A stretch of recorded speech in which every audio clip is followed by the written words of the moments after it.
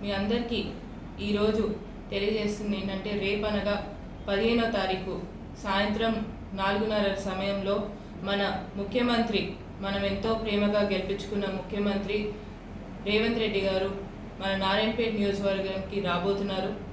ఏదైతే ఆ రోజు తుక్కుగడలో జాతీయ సభ కింద జనజాతర నిర్వహించడం జరిగిందో, ఈసారి తెలంగాణలో మన ప్రచారం అనేది కూడా ఎక్కడి నుంచి మొదలు పెట్టాలంటే నారాయణపేట నుంచి మొదలు పెడదామని చెప్పి అనడంతో మన దగ్గరికి ఫస్ట్ టైం ముఖ్యమంత్రి గారు నారాయణపేట జనజాతరకి రాబోతున్నారు.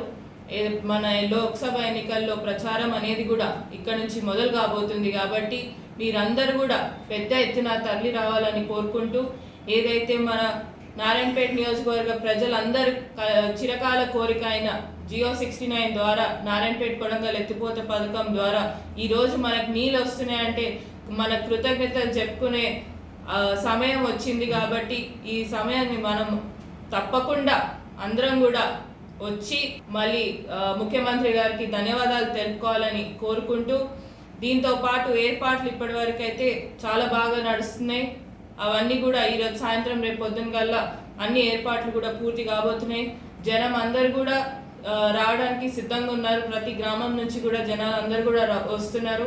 ఇప్పటికే అది ఓవర్ఫ్లో అవుతుందని మేము అనుకుంటున్నాం, కానీ వాళ్ళ ప్రేమ చూపించడానికి వాళ్ళు రాబోతున్నారు. కాబట్టి 50,000 నుంచి 1,00,000 పైగా జనాలు రాబోతున్నారని అంచనాలో ఉన్నాము.